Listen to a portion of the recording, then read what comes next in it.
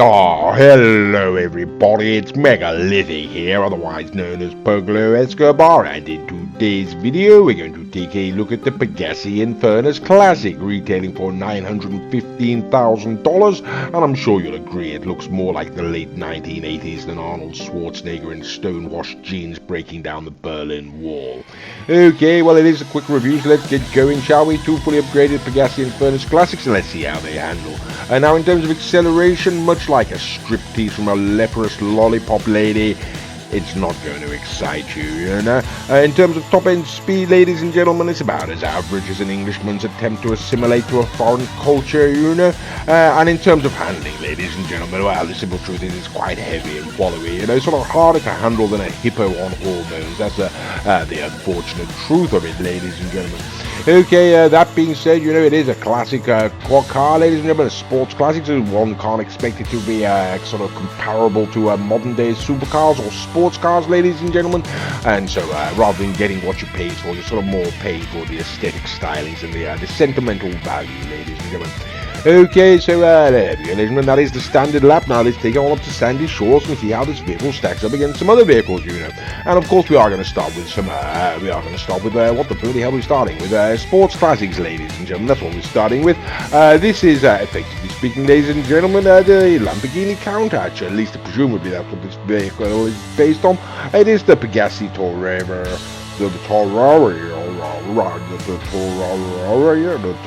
I've got absolutely no idea what it's supposed to be called, ladies and gentlemen, but it is the Pegassi Torero, right? Okay, I'm not going to try and pronounce that.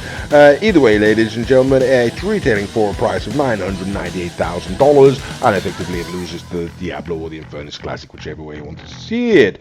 Okay, so the very next vehicle we're going to bring out, ladies and gentlemen, is going to be the Ferrari Testarossa. Presumably that's what this vehicle is based upon. It's the Cheetah Classic, retailing for $865,000, don't you know? So here we go, ladies and gentlemen, the Cheetah Classic up against the Infernus Classic. This would effectively be presumably the Testarossa up against the Diablo there, ladies and gentlemen, and we're going to see how they handle. I'm going to just point out all of the other vehicles are being driven by Mr. Raccoon. You know, he has a channel of his own. His name is the Bromby.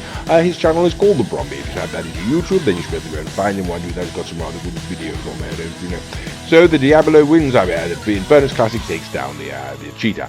Okay, so the very next vehicle we're going to bring out, ladies and gentlemen, it's going to be yet another Garotti. It's going to be the Garotti Turismo Classic, retailing at $705,000. Now, presumably, ladies and gentlemen, this vehicle is based on the Ferrari F40, don't you know? Which was my understanding, ladies and gentlemen. I could be incorrect about this. I'd like to point out, but my understanding it was the fastest vehicle when it was released, ladies and gentlemen, in the world, you know? And so one would expect to see it win, and yes, it looks like it's going to. Okay, so there we go. Like I say, what can one say, you know, about this vehicle? Well, about the Diablo, the Infernus Classic. Well, it's interesting, but it's sort of falling where you'd expect it to fall.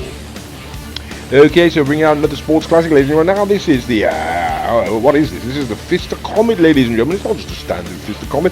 It's the Fister Comet Retro, don't you know? You can get your Comet Retro sort of fitted, as it were, to a 1980s style. With Venice or in your, you know, where we went earlier. What's it called now? Mazebank Offices. That's the word I was looking for. $745,000, ladies and gentlemen. If you do that, you know. The Fister's quite a good car as it is. The Comet's quite a good car as it is, ladies and gentlemen. And it is indeed going to take down the Infernus Classic, so there we go. Okay, so that's pretty much where it's standing up against Sports Classic, so let's have a look where it stands up against the regular Infernus, ladies and gentlemen. So this is the Pegassi Infernus, $440,000, and it's over already, let's be quite frank. Okay, so what can one say about the Infernus Classic, ladies and gentlemen? I mean, you know, it really is sort of, in terms of looks, ladies and gentlemen, it's sort of more stunning than taking a bath with an electric eel now, isn't it? And in terms of acceleration, you know, it's much like microdosing with LSD at a hippie festival. It's fun, but it's not going to blow your mind, ladies and gentlemen. That's the simple truth of it. Okay, so the very next vehicle we're going to bring out, we can start to wrap things up. This is, for those of you who do not know, for the hoes at home, for the uninitiated, shall we say.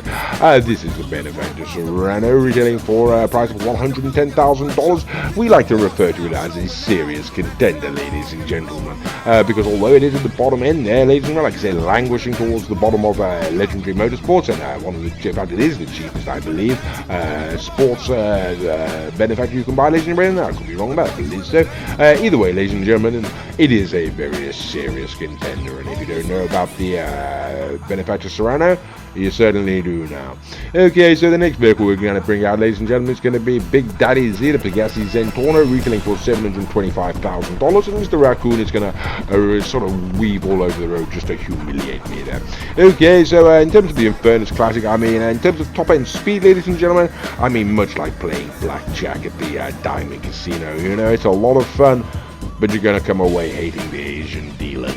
Wait, no, that's not what I meant at all. No, I meant where it's like when you've got an 11 and you need a 10, it's very much in the middle of the pack, ladies and gentlemen. Okay, there's only one more question, and that question is the Grotti Italy RSX, and even with the standing start, ladies and gentlemen, yes, it's not going to stand the Infernus Classic. It's not going to stand a solid chance. So what can we say? In terms of handling, it's sort of heavier to steer than the Cosca Submarine, ladies and gentlemen. It really is. I mean, like a fat lady dancing on thin ice. It's surprisingly fast, but its weight is going to let it down. That's the simple truth. In terms of acceleration, ladies and gentlemen, I mean, it's for a sports classic. It's rapid. It's as rapid as a racehorse. But compared to modern-day supercars, it's as slow as a stunted sausage dog, ladies and gentlemen. It's a simple truth. In terms of looks, though, you know, I'm sure you'll agree. I mean, it's more breathtaking than an obsession with autoerotic asphyxiation. It's a top-end speed, ladies and gentlemen. I mean, it's less enthralling than watching a narcoleptic wrestling match, you know. And that's pretty much the bottom line of it, ladies and gentlemen. So should you buy it? Well, if you're looking to complete a Pegassi collection or you like the Diablo, go for it. If not, there are a lot better cards out there for the money. Sorry, hell, bloody Raku tried to shoot me, right? I'm going to go and get them, bloody hell. Well, I hope you enjoyed the video, and thank you very much for watching.